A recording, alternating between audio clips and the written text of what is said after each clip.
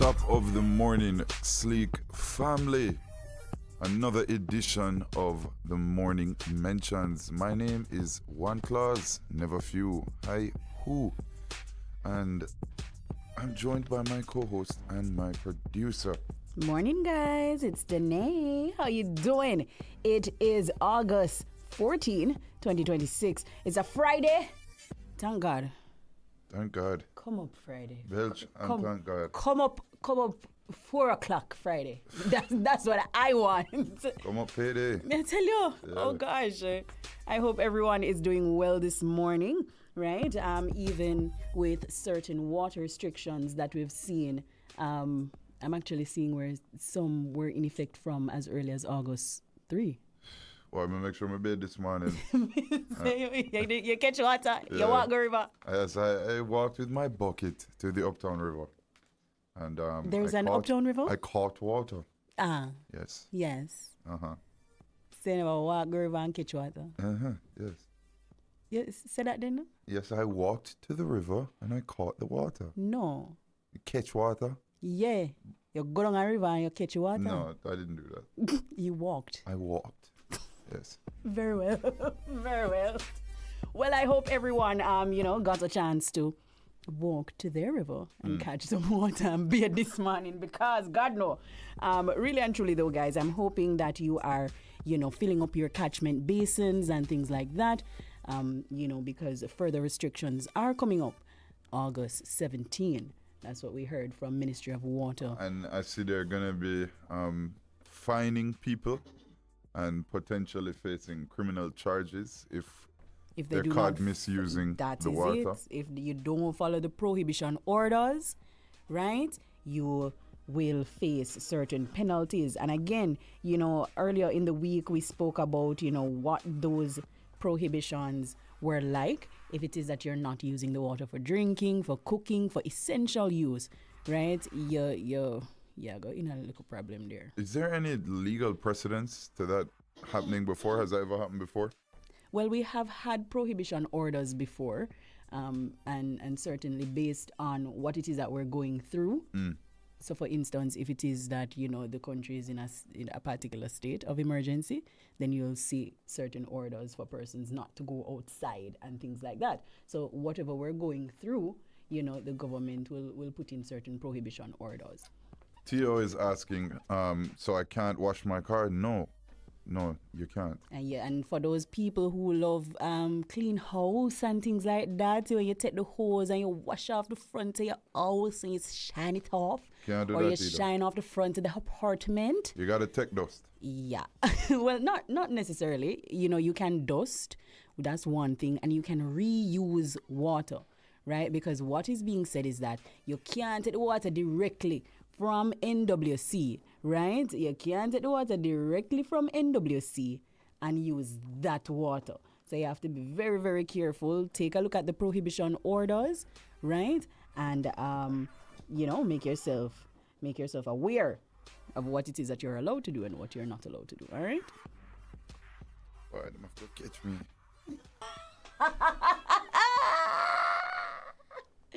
Let me tell you something. You remember COVID? When Well, those gentlemen had to say sorry? I'm not going. You're not going, yes. Yes. And then you were caught by the officers and you had to apologize. His bad man friend Sudo. I wonder what Sudo is up to. He's still his bad man friend. Where did they catch him? Underneath his bed? He couldn't be my bad man friend after that. After that, he really called me out and then addressed the Prime Minister in such a fashion. Oh, I met God. the whole of the ends at up. He couldn't be my friend after that. Man, Oh, gosh. I wonder where he is now. He's underneath in bed. He must have hiding. Underneath So in fun bed. and joke aside, like we all laugh at it. The entire country laughed, but I don't really mind. I don't really think the situation is very funny. It's hilarious. At the You time- bad up yourself. No. Bad up yourself and say, nah, go in. I mean, and them catch you underneath your bed and hide. and here's the thing, like I understand freedom of speech, and the right to criticize elected officials, and all that stuff. But But that is not for what that drawing him was. out underneath in bed at gunpoint That's- and make him issue an apology at gunpoint. come That on did now. kind of give me a little It wasn't Trump at feeling. gunpoint. Give me a little Trump feeling. It wasn't at gunpoint, No, bro. it was that he was being held by police. Right, but it wasn't at gunpoint. Okay, so make him never do it then. Make him resist. It wasn't at gunpoint. And what I It gave think... me a Trump vibe. Give me a Trump feeling. No, Bridget. Yeah. What I think it was that, you know, you're causing for the public to you're inciting certain things. You want the public to follow you and disobey the orders that the government have put in place. Him not go inside. Him never said, John Public, stand up for your rights. Him say him and him bad man friends studio. Right. They're outside. Right. But that's him and studio. Yeah, incite. No. I never like that feeling there. Give me a Trump feeling. I never like it in it. I laughed at it, and I'm still laughing. But never really like it when we think back on it. No, never like that. I hear you. Well, the prohibited activities include irrigation or watering gardens, I don't like that either.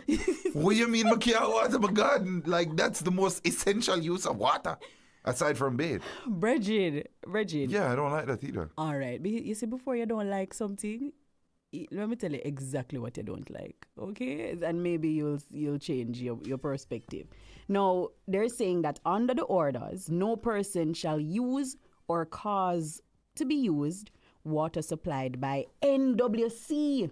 Yes? To be used for So who else provide non-essential water for purposes. it? So In for our pipe? instance, if it is a case where you don't use the water, in my view, you don't use water for the essential uses, the cooking, the bathing, and so forth, but dash it away. So we must eat my bed water fruit? You No, use it and you throw it outside and Yeah. water your garden. No. Or you water the grass with it. and You are going to eat bed water and tomato and bed water fruit? Me not do that. You can't put the bed water in the grass. No. You see them say you can't water your We lawn. not walk on the bed water grass neither. Me not do that. No. I'm not doing that. You know you're dark. You're dark. I'm a fool, but still, stand up for my rights. After them change my law and them want me to comply, I'm not comply. No, I'm outside. I'm not go in. Anyways, everybody, I'm encouraging you deeply to fill your tanks before Monday. Fill your tanks. Hurry up. That's right. In other news, cricket again. I don't know what happened with West Indies cricket and by extension Jamaican cricket. I don't know what deal was signed or whatever and why they've lost all their powers. They are just, bro, they're so bad. They lost again yesterday to the surprise and shock of no one. This one was a little, it wasn't really close either. They won by 6 wickets with 35 balls left. Bro, what are we doing? Good thing I don't like cricket because, God knows, it'd be another thing to cry about. But the Jamaican Kingsmen, formerly the Jamaican Talawas, they sit in 7th in the Caribbean Premier League. That's last. 3 games, 3 losses. And to be fair to them, 2 of the games were pretty close. And to be fair to them as well, the Guyanese Amazon Warriors are supposed to be a good team. But guys, get it together, guys. You're the only one. You're the only team without a win. You play the most games, no wins. It's kind of looking away. Not gonna lie. But I don't really know much about cricket, so I'm just gonna cuss you from my figure of my limited ignorance. I'm gonna cuss you from it. Yeah. Did you watch cricket? Do you watch cricket? A long time Did now you go watching to the the T20. Did you go to the game? And no, I think what cricket has right now is that they have a lot of persons who still watch the game and still support, and some people who just go to the party section. You understand? Because they have good executions there. I know that I think Exodus had a nice little section there, but I really the game itself is not like what it once was, right? It's not like what it once was. They're not good. They're not good at the game. Yeah, they're not. Let's keep it real. Them are not good. Like, come on. And we said what it was, because when Young I was people going just to prep they're just school, not interesting. exactly. When I was going to prep school, I was on a cricket team. It's less available. It's harder to get into. I mean, cricket doesn't take that much resources, though. Yes, you need the space. I think that might be the most limiting factor. Whereas in football, you can literally play in anywhere. You can play in a parking lot. You can play on the street. You can play in your yard, in your backyard. Cricket, you can't really. You can play in the backyard, yes, but you can play in your somebody backyard, you can play. somebody neighbor window, go and get it. Yeah, but Somebody yard, the I go same feel thing, it. the Oh, you same can thing play could be once. said. You can play it just once. The same thing could be said about the football. You understand? Can All it you really though? need for cricket a tree little stick. You understand? And you call that your But wicket you're them. booming a ball into the sky. Bro, what? It's not even remotely comparable. In football, it's an accident if the ball fly go somewhere. In cricket, that's the point of the game. It's the ball to fly go somewhere. So it's very hard to play in inner city communities, and it's very hard to play if you're not like in the country where there's wide open spaces for clout the ball. So it's, I mean, like with the batting cages, like what we did have at Hillel one time, maybe that could be introduced to some of the places where there's less land or less availability to boom with the ball. Yeah. But it has to start at the grassroots level. It has to start at the youth level, and to get them actually interested in playing the game of cricket. Exactly. Yeah. So Exactly. And many young people don't even know cricket Yeah. play. They've never watched a cricket game. You know, things like that. So bring it back in the schools and see if we can hone some skills and we've had some really historic cricketers from Jamaica. You know, the first I think of is Chris Gale, you don't think the universe oh, boss. Yes. Yeah, who were you gonna mention? Oh, man, Chris Gill. Yeah, the universe boss. So it's not like we don't have people to look out upon and be inspired by. And he's made, I mean, if you don't even just like the sport of cricket, if you're interested in money, he's made crazy money out of playing cricket. So, you know what I mean? There's a future in the game, especially if you play like in the Indian Premier League and the other emerging leagues and stuff. There's money to be made in cricket, and cricket you can play for a long time. You know, Chris Gale played for almost 2 decades. Exactly. So, you know, And- it's a and, skill. you know, It's something that the youth them should look into. and it's throughout the Caribbean as well, you know. When you look at Shivnarayan, Shanda Paul, and all those persons, we've had talent throughout the region, and so it's quite important for us to hone, you know, the talent at a very, very early age. Speaking of other sporting events, the inaugural Jamaica Open Tennis Championship Oh, yes. starts next week. Yes, professional Okay. tennis finally makes its way to Kingston, Jamaica. We've had, you know, some higher skill amateur tournaments. This is an actual professional tournament, and our number one player, Blaze Bicknell, he's the local favorite. He's the first Jamaican, I believe, to be ranked within the top 150 players. He's right now number 373 in the world. He's coming off of an injury. But you know what?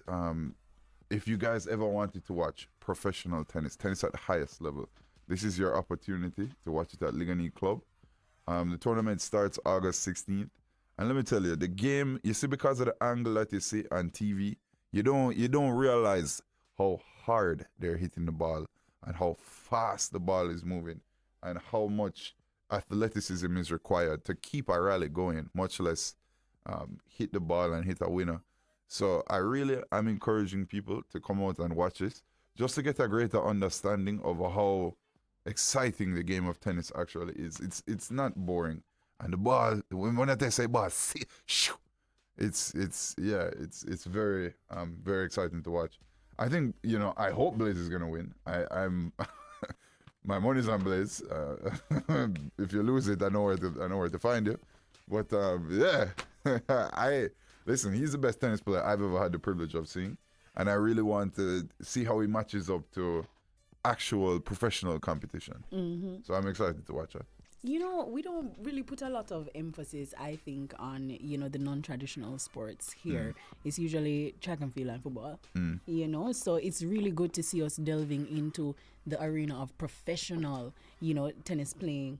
And, you know, while I can't discount, you know, the fact that a lot of persons, even at the high school level, have gone and represented us on the international stage, it's good to see the sport coming to Jamaica. I mean, You understand? and we've even had, historically, we've had very high level tennis players. I believe Mr. Russell from Montego Bay, who passed recently. I think he passed last year. My condolences again to the family. He played in Wimbledon. Yeah.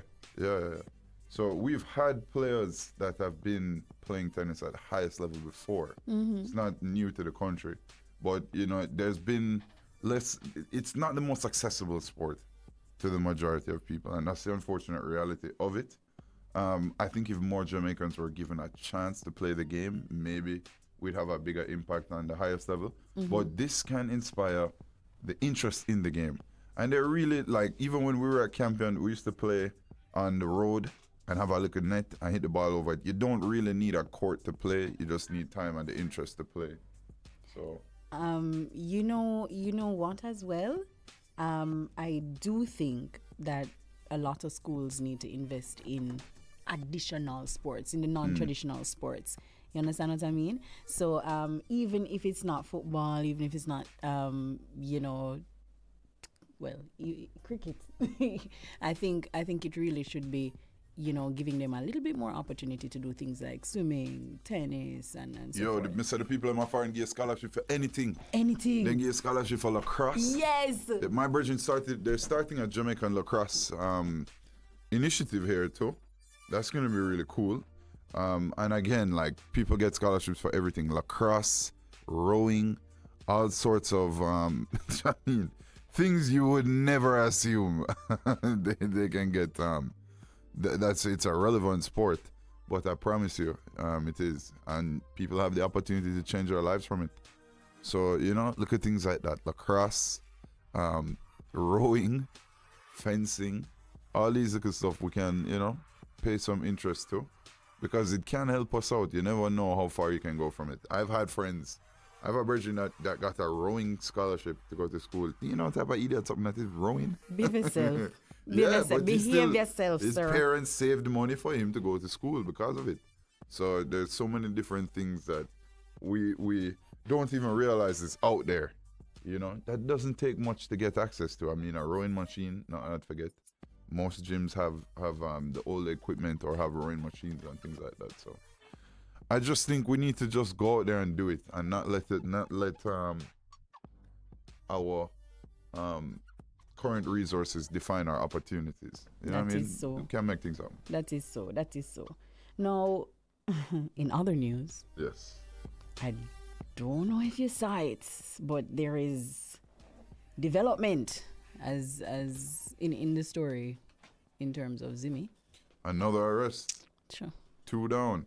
2 more to go. Not only that, but I'm seeing where 2 persons of interest in Sunday's brutal assault on 2 teenage boys at Zimise Beach party in St. Anne have fled the island.